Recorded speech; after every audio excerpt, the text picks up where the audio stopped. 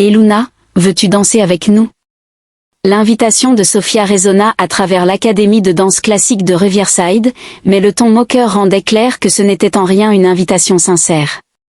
Luna Martinez n'avait que 12 ans quand elle se retrouva au centre de ce cercle de filles élégantes, ses chaussures de pointe importées contrastant fortement avec ses baskets usées. Pendant que sa mère, Carmen, nettoyait les miroirs dans le studio principal, Luna attendait la fin de la journée, assise dans son coin comme elle le faisait toujours. La prestigieuse académie était un monde à part. Les filles de hommes d'affaires, de juges et de médecins glissaient sur le sol ciré comme si elles étaient nées avec des ailes aux pieds. Luna, avec ses kilos en trop et sa peau foncée, n'était que la fille invisible de la femme de ménage, jusqu'à ce que Sofia décide d'en faire le divertissement de l'après-midi. « Allez, ne sois pas timide », insista Madison, la leader officieuse du groupe. À 14 ans, elle avait déjà remporté 3 premières places dans des compétitions d'État. Je parie que tu connais tous les pas à force de t'en regarder. Les autres filles rirent, leur chignon parfait rebondissant tandis qu'elles formaient un demi-cercle autour de Luna. C'était jeudi, 17h30, et Madame Williams était partie pour une réunion, laissant les élèves répéter seuls. Carmen, de l'autre côté du studio, faisait semblant de ne pas écouter tout en frottant le sol avec une force supplémentaire. Elle connaissait bien ce ton. Elle avait grandi en entendant toute sa vie. Et si on essayait cette séquence du lac des cygnes qu'on répétait, suggéra Sofia, ses yeux bleus étincelants de malice. Et tu sais, la partie vraiment difficile avec les 32 fouettés. Luna resta immobile un instant, ses yeux sombres scrutant chaque visage autour d'elle. Il y avait quelque chose dans ce regard, une calme qui n'appartenait pas à une enfant de 12 ans sur le point d'être humiliée en public. D'accord, répondit-elle simplement, se levant de sa chaise. Ce que aucune de ces filles privilégiées n'aurait pu imaginer, c'est que Luna portait un secret qui allait transformer cet après-midi d'humiliation prévu en quelque chose qu'aucune d'entre elles n'oublierait jamais. Alors que ses petites mains ajustaient son simple t-shirt, Luna prit une profonde inspiration. Ses pieds nus touchèrent le sol froid du studio et quelque chose changea dans l'air. Les ricanements méchants commencèrent à s'estomper quand elles virent la posture droite de la fille, la façon dont elle positionnait ses bras, comme si ce corps robuste avait soudain trouvé un langage qui transcendait toute norme esthétique. Carmen arrêta de nettoyer, ses yeux s'écarquillant. Elle connaissait cette posture. Elle l'avait vue auparavant en secret pendant les nuits où elle pensait que personne ne regardait. Si vous appréciez cette histoire de courage et ne voulez pas manquer le moment où Luna surprend toutes ces filles privilégiées, n'oubliez pas de vous abonner à la chaîne, car ce qui est sur le point de se produire va réécrire tout ce qu'elle pensait savoir sur le talent, la grâce et la véritable signification de la danse. La surprise sur les visages des filles était presque comique. Madison, habituée à être obéie sans question, cligna des yeux plusieurs fois avant de réaliser que Luna avait réellement accepté le défi. Oh, vraiment? Sofia rit. Mais il y avait une note nerveuse dans sa voix. Tu vas vraiment essayer 32 fouettés? Ma chérie, cela prend des années à maîtriser. Je n'en fais que 16 d'affilée moi-même. Les autres filles se rapprochèrent pour mieux voir ce qui promettait d'être un spectacle embarrassant. Certaines avaient déjà sorti leur téléphone portable, clairement avec l'intention de filmer l'humiliation pour la partager plus tard sur les réseaux sociaux de l'école. Luna marcha vers le centre du studio avec un calme déconcertant. Pendant ce temps, du coin de l'œil, Carmen regardait la scène se dérouler. Elle connaissait bien cette posture. La même calme que Luna affichait lorsque les enfants à l'école se moquaient de sa mère pour n'être qu'une femme de ménage, ou lorsque les commentaires méchants sur son poids résonnaient dans les couloirs. « Maman, tu dois voir ça. » L'une des filles murmura à une autre, allumant la caméra de son téléphone portable. Et la fille de la femme de ménage pense qu'elle peut danser le ballet. Carmen sentit son poing se serrer autour du chiffon de nettoyage, mais elle se força à continuer à travailler. Elle avait appris à Luna dès son plus jeune âge à ne jamais les laisser te voir briser. Quand ils te sous-estiment, c'est là que tu leur montres qui tu es vraiment. Madison croisa les bras, prenant la pose d'un juge sévère. Soyons justes, les filles. Si elle peut faire au moins 10 fouettés sans tomber, nous serons impressionnés. La condescendance dans sa voix était si épaisse qu'on aurait pu la couper avec un couteau. Et si elle n'y arrive pas, demanda Sofia, savourant déjà la victoire anticipée. Alors elle promet de ne plus jamais prétendre qu'elle appartient à notre monde, répondit Madison, ses yeux brillants de cruauté calculée. Plus de séances d'observation de nos répétitions comme si elles faisaient partie de nous. Les mots coupèrent l'air comme des lames tranchantes. C'était plus qu'un pari. C'était une sentence d'exclusion sociale, une tentative d'effacer complètement la présence de Luna de l'espace qu'elle avait fréquenté discrètement pendant des années. Luna resta immobile au centre du studio, absorbant chaque mot venimeux. Ce que ces filles ne savaient pas, c'est que pendant toutes ces années d'observation de l'extérieur, elle n'avait pas seulement rêvé. Aux petites heures du matin, lorsque le studio était vide et que Carmen faisait le gros du nettoyage, Luna s'entraînait. Carmen avait grandi au Venezuela, où elle avait appris la danse folklorique avant que la vie ne l'amène aux États-Unis à la recherche de meilleures opportunités. Les soirs où elle finissait tard au studio, mère et fille profitaient de l'espace vide. Carmen enseignait à Luna non seulement les pas qu'elle avait observés pendant les cours de journée, mais aussi la force intérieure qui venait de ses racines, la connexion profonde entre la musique et l'âme qui transcendait toute technique formelle. Quand tu danses, Carmen disait toujours, tu n'essaies pas d'impressionner qui que ce soit. Tu parles à quelque chose de plus grand que nous tous. Madison applaudit avec impatience. Allons-y. J'ai un cours de tennis dans 1 heure et je ne veux pas être en retard à cause de cette situation. Luna prit une profonde inspiration, ferma les yeux un instant et se connecta à quelque chose que ses filles privilégiées ne pourraient jamais acheter avec l'argent de leurs parents. Une authenticité pure. Quand elle rouvrit les yeux, il y avait quelque chose de différent dans son regard. Une intensité qui fit même arrêter Carmen de nettoyer complètement. Quoi? Ce que aucune de ces jeunes ballerines n'aurait pu imaginer, c'est qu'elles étaient sur le point d'assister non pas seulement à une danse, mais à une démonstration que le vrai talent ne se développe pas dans des cours coûteux ou des studios équipés. Il naît du besoin d'exprimer une âme qui refuse d'être réduite au silence, même lorsque le monde entier tente d'étouffer sa voix. Le silence dans le studio était presque suffocant. Luna ferma les yeux, pendant un instant, fut transportée en arrière vers ces matins spéciaux qu'elle partageait avec Carmen. C'était lors de ces moments intimes, lorsque seule la mère et la fille occupaient l'espace sacré de la danse, que la vraie magie se produisait. Carmen avait grandi à Caracas, où sa grand-mère, Mercedes, avait été une célèbre danseuse folklorique vénézuélienne. Avant que les difficultés économiques ne forcent la famille à immigrer aux États-Unis, Carmen avait absorbé non seulement les mouvements traditionnels, mais aussi la philosophie qui les sous-tendait. La danse ne vient pas des muscles, ça pisse. Elle vient du cœur et coule jusqu'aux pieds. Depuis 3 ans, les soirs où elle finissait le nettoyage tard, Carmen transformait le studio principal en une école privée pour Luna. Elle n'enseignait pas seulement le ballet classique qu'elle observait pendant la journée, mais une fusion unique qui combinait la technique européenne avec la force expressive latine qui coulait dans ses veines. « Regarde, Luna », chuchotait Carmen pendant ses leçons secrètes. « Ces filles dansent parfaitement, mais sans âme. Tu danseras de manière imparfaite, mais avec tant de cœur que personne ne pourra détourner le regard. » Madison tambourinait des doigts avec impatience, sa montre Apple montrant qu'elles avaient déjà perdu 15 minutes de ce divertissement. Peut-on commencer déjà ou as-tu besoin de plus de temps pour trouver une excuse? Sophia rit, ajustant l'angle de la caméra. Laisse-la se concentrer. Ce sera encore plus drôle quand elle essaiera et échouera misérablement. Ma mère dit toujours que tout le monde doit connaître sa place dans la société. Ce que les filles ignoraient, c'est que Luna avait passé les 6 derniers mois à se préparer spécifiquement pour ce moment. Non pas parce qu'elle avait prévu cette humiliation particulière, mais parce que Carmen avait remarqué les regards cruels et les commentaires chuchotés qui s'intensifiaient chaque jour. Un jour, Carmen avait dit des mois auparavant, ils vont essayer de te briser, et quand ce jour viendra, tu seras prête à leur montrer qui tu es vraiment. Carmen avait utilisé ses économies limitées pour acheter des chaussures de pointe d'occasion à une ballerine retraitée. Aux petites heures du matin, elle enseignait à Luna non seulement les mouvements, mais aussi comment transformer chaque émotion, colère, tristesse, espoir, en pure expression physique. De l'autre côté du studio, Carmen fit quelque chose qu'elle n'avait jamais fait pendant les heures de travail. Elle arrêta de nettoyer. Elle savait ce qui était sur le point de se produire, et elle avait besoin d'en être témoin seconde par seconde. Luna prit une profonde inspiration et adopta la 5e position, ses pieds nus trouvant un équilibre parfait sur le sol froid. Les filles continuèrent à rire, mais Carmen remarqua quelque chose qu'elles avaient manqué.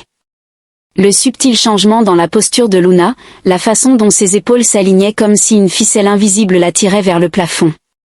32 fouettés, dit doucement Luna, plus pour elle-même que pour les autres. Voyons de quoi je suis capable. Madison leva les yeux au ciel. Chérie, j'ai eu 3 ans de cours privés avec le meilleur professeur de l'État, et j'ai encore du mal avec 16. Tu penses vraiment? Les mots moururent sur ses lèvres alors que Luna exécutait son premier fouetté. Ce n'était pas parfait selon les normes techniques classiques, mais il y avait quelque chose d'hypnotique dans la façon dont elle contrôlait le mouvement, comme si chaque tour portait une histoire, une émotion qui transcendait la pure technique. Ses bras ne bougeaient pas avec la délicatesse éthérée des ballerines traditionnelles, mais avec une force expressive qui captait le regard. Deuxième fouetté, troisième, quatrième. Le sourire moqueur de Sophia commença à faiblir. Sur l'écran de son téléphone, elle pouvait voir que quelque chose d'extraordinaire se produisait, mais son esprit refusait de le traiter pleinement. Carmen sentit des larmes lui monter aux yeux. Elle reconnaissait chaque mouvement, les leçons secrètes, les conseils chuchotés, la fusion de techniques qu'elles avaient créées ensemble. Mais il y avait autre chose, quelque chose que Luna avait développé par elle-même. Une connexion à la musique qui semblait venir d'un endroit plus profond que toute formation formelle. 10e fouetté. 11e. 12e. Les ricanements cessèrent complètement. Madison baissa lentement son bras, le sourire arrogant se transformant en une expression de confusion croissante. Cela lui avait pris 2 ans pour pouvoir faire 12 fouettés consécutifs avec une technique appropriée. Luna continua à tourner, et à chaque mouvement, il devenait plus clair que ce n'était pas de la chance ou du hasard. C'était le résultat d'une préparation, d'un dévouement et d'un talent naturel qui avaient été soigneusement cultivés à l'abri des regards indiscrets. Lorsque Luna exécuta son 20e fouetté, quelque chose changea dans l'air du studio. Même les filles les plus résistantes commencèrent à réaliser qu'elles étaient témoins de quelque chose de spécial. Ce n'était pas seulement de la technique. C'était de l'art pur né du besoin d'une jeune âme de s'exprimer malgré toutes les barrières imposées par le monde. Carmen comprit enfin que tous ces mois de préparation n'avaient pas été seulement pour apprendre à Luna à danser. Ils avaient été pour apprendre à une fille de 12 ans qu'elle avait le droit de prendre sa place, de rêver n'importe quel rêve, et de ne jamais laisser qui que ce soit définir ses limites en fonction de leurs préjugés et privilèges. 25e fouetté, 26e, 27e. Et c'est lorsque Luna dépassa la barre des 30 fouettés que cela devint clair pour tous les présents que ce n'était pas seulement une démonstration de compétences techniques. C'était une déclaration silencieuse mais puissante que le vrai talent ne connaît pas de barrières sociales, économiques ou ethniques, et que parfois la plus grande force n'est précisément là où le monde s'attend à ne trouver que de la faiblesse. 32 fouettés, 33, 34. Luna continua à tourner avec une précision qui défiait toute logique. Madison sentit ses jambes faiblir et dut s'appuyer sur la barre pour ne pas tomber. En 14 ans de vie, élevée dans le monde privilégié du ballet d'élite, elle n'avait jamais rien vu de tel. « Ce n'est pas possible », murmura Sophia, sa voix tremblante tandis qu'elle continuait à filmer. Mais maintenant, pour des raisons complètement différentes. Ce qui avait commencé comme une documentation d'humiliation s'était transformé en un enregistrement de quelque chose d'extraordinaire. Carmen ne pouvait plus retenir ses larmes. Chaque mouvement que faisait Luna était une validation de tous les sacrifices, des petites heures du matin à nettoyer des bureaux pour payer des chaussures de ballet d'occasion, des nuits sans sommeil à enseigner des techniques qu'elle avait elle-même apprises en observant pendant des années, des week-ends entiers à pratiquer en silence pour ne pas déranger les voisins dans son petit appartement. 40e fouetté, 41e, 42e. L'une des plus jeunes filles du groupe commença à pleurer silencieusement, non pas par moquerie, mais par quelque chose qu'elle ne pouvait pas encore nommer. C'était comme assister à un miracle se produire sous ses yeux.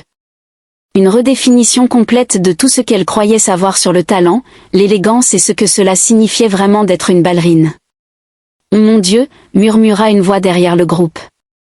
Madame Williams était revenue de sa réunion juste au moment où Luna dépassait la barre des 40.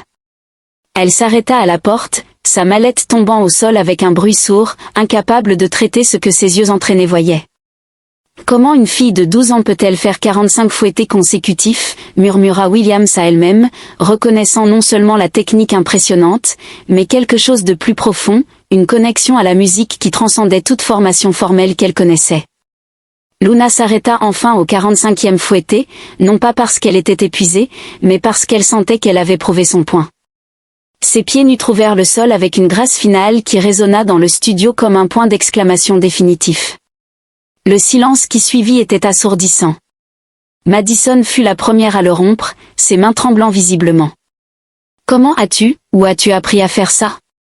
Je prends des cours depuis 8 ans avec les meilleurs professeurs de l'État et je n'ai jamais réussi à faire plus de 16 fouettés. » 45 fouettés, répéta l'une des autres filles comme si elle avait besoin de le dire à voix haute pour le croire. Je n'ai jamais vu personne faire 45 fouettés d'affilée, même pas dans les vidéos professionnelles de l'American Ballet Theatre. Sophia tenait toujours son téléphone, mais ses mains tremblaient si fort que l'image était complètement floue. La vidéo qu'elle avait prévu d'utiliser pour humilier Luna sur les réseaux sociaux était maintenant la preuve de quelque chose qui allait tout changer. Pas seulement pour Luna, mais pour elle toute. Luna. La voix de Madame Williams coupa le silence, chargée d'une révérence qu'elle n'avait jamais dirigée vers une enfant de 12 ans. Nous devons parler maintenant. Ce que tu viens de faire, ce n'est pas normal. C'est exceptionnel. Carmen sécha rapidement ses yeux et s'approcha de sa fille, ses bras enveloppant les petites épaules qui venaient de porter le poids de années de préjugés et de sous-estimation. « Est-ce toi orgullosa de ti, mija » murmura-t-elle en espagnol, sa voix se brisant. « Usted Mercedes estaría tan orgullosa » Madison regarda autour d'elle comme si elle attendait que quelqu'un lui explique comment sa réalité avait été complètement bouleversée en quelques minutes. Son monde soigneusement construit de privilèges et de supériorité s'était effondré devant une fille qu'elle considérait comme inférieure. « Je dois m'asseoir » murmura l'une des autres filles, glissant le long du mur jusqu'au sol. « Est-ce que cela s'est vraiment produit ? A-t-elle vraiment fait 45 fouettés parfaits » dit Madame Williams, s'approchant lentement. C'était l'expression, la connexion musicale, la présence scénique. « Luna, depuis combien d'années étudies-tu le ballet formellement ? » Formellement, Luna sourit, ses yeux rencontrant ceux de Carmen. « Je n'ai jamais étudié formellement, Madame Williams. Mais ma mère m'enseigne depuis 3 ans. Elle a appris de mon arrière-grand-mère, qui était danseuse principale au théâtre Teresa Carreño à Caracas. » L'impact de cette révélation fut comme une bombe dans le studio. Toutes ces filles avec leurs cours à $200 de l'heure et leurs professeurs diplômés européens avaient été surpassés par un enfant qui avait appris la danse aux petites heures du matin d'une femme de ménage qui n'avait jamais mis les pieds dans une école de ballet formelle. « Ton téléphone » dit calmement Luna, tendant la main vers Sophia. « J'aimerais voir la vidéo que tu as enregistrée. » Sophia hésita un moment, mais tendit l'appareil avec des doigts tremblants. Luna regarda quelques secondes de l'enregistrement, observant sa propre performance avec des yeux critiques et matures. « Tu peux poster cette vidéo où tu veux, » dit-elle, rendant le téléphone. « Je suis sûre que beaucoup de gens aimeraient voir ce qui se passe quand on juge quelqu'un sur son apparence au lieu de donner une vraie chance à son talent. » Madison finit par retrouver sa voix, mais maintenant elle semblait petite et vulnérable. « Je suis désolée, Luna. Je suis vraiment désolée. Nous ne savions pas que tu pouvais, que tu avais ce don. »« Que j'étais quoi ?» demanda doucement Luna, mais avec une fermeté qui fit avaler ses mots à Madison. « Différente de toi ? C'est exactement ce que je suis. Et c'est exactement pourquoi je peux faire des choses que tu n'as jamais imaginées possibles. » Madame Williams observa l'interaction avec une fascination croissante. « Luna, serais-tu intéressée par des cours formels ? Parce qu'après ce que je viens de voir, je peux garantir que n'importe quelle académie du pays aimerait avoir comme élève. » Carmen intervint doucement. « Professeur, nous ne pouvons pas nous permettre les frais de scolarité ici. Je travaille comme femme de ménage parce que j'ai besoin de subvenir aux besoins de ma fille, pas parce que je le choisis. » Bourse complète, répondit Williams sans hésiter. Cours privés, participation à des compétitions, tout.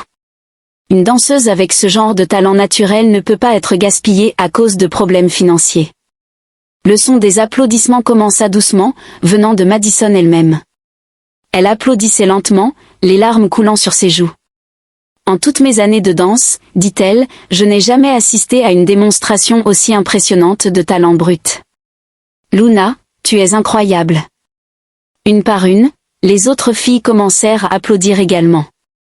Ce n'étaient pas les applaudissements condescendants que Luna connaissait si bien, mais une reconnaissance sincère de quelqu'un qui avait complètement redéfini ses attentes de ce qui était possible dans le monde de la danse. Sophia regarda son téléphone, puis Luna. Puis-je poster cette vidéo? Mais pas comme une blague, comme une inspiration.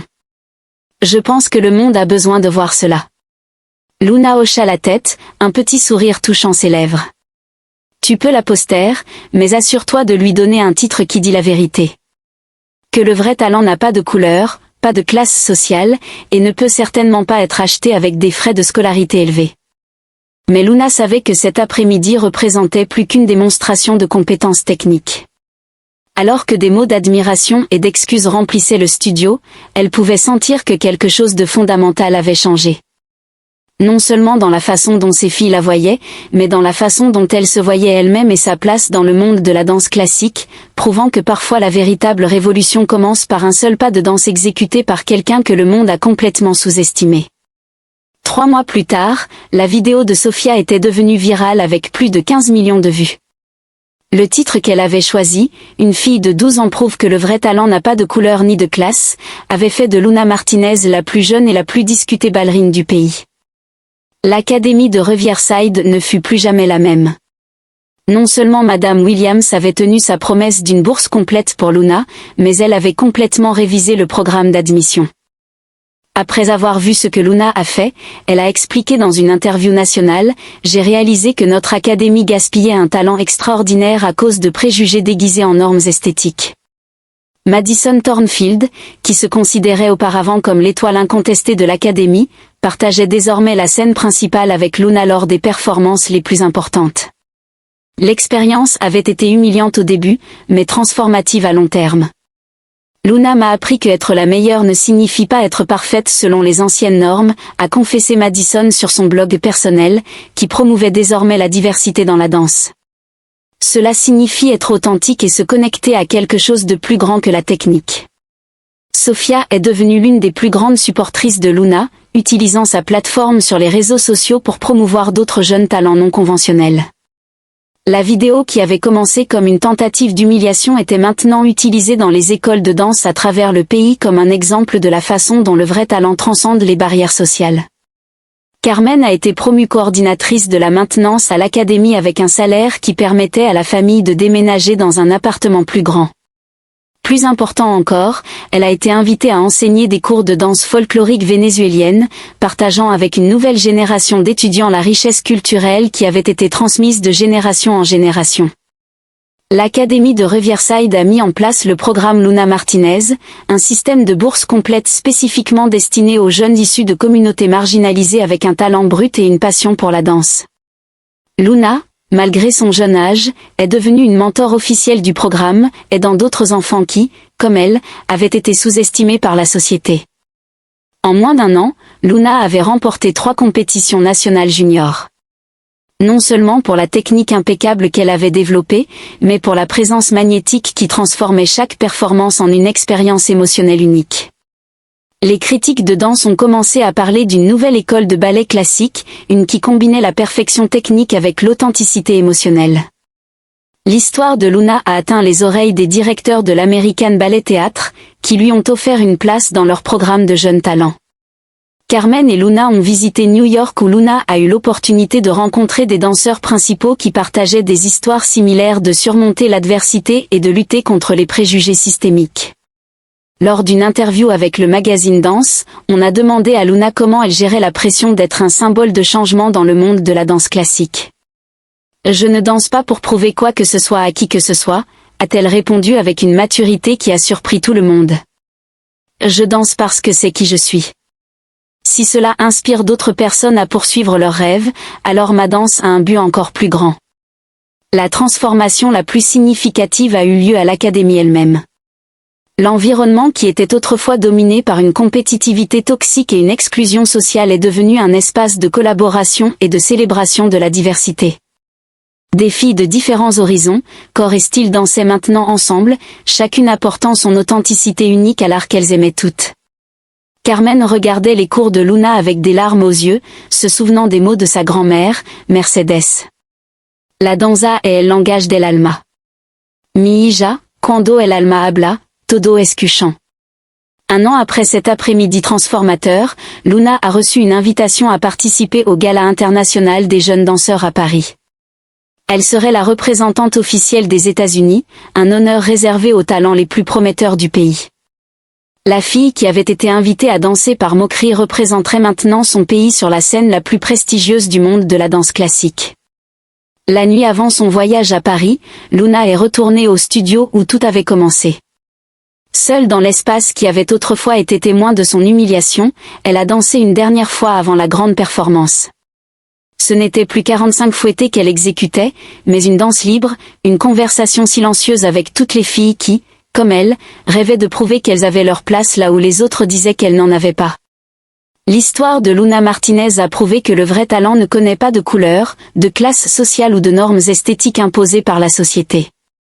Plus important encore, elle a montré que lorsque nous faisons face aux préjugés avec dignité, authenticité et préparation, nous ne gagnons pas seulement, nous transformons le monde autour de nous, créant des espaces où d'autres comme nous peuvent rêver plus grand que nous ne l'avions jamais imaginé possible. Si cette histoire de courage et de transformation a touché votre cœur, abonnez-vous à la chaîne pour plus d'histoires qui prouvent que la véritable puissance réside dans le fait de ne jamais laisser les autres définir nos limites et que parfois la plus grande révolution commence par un seul pas de danse exécuté par quelqu'un que le monde a complètement sous-estimé.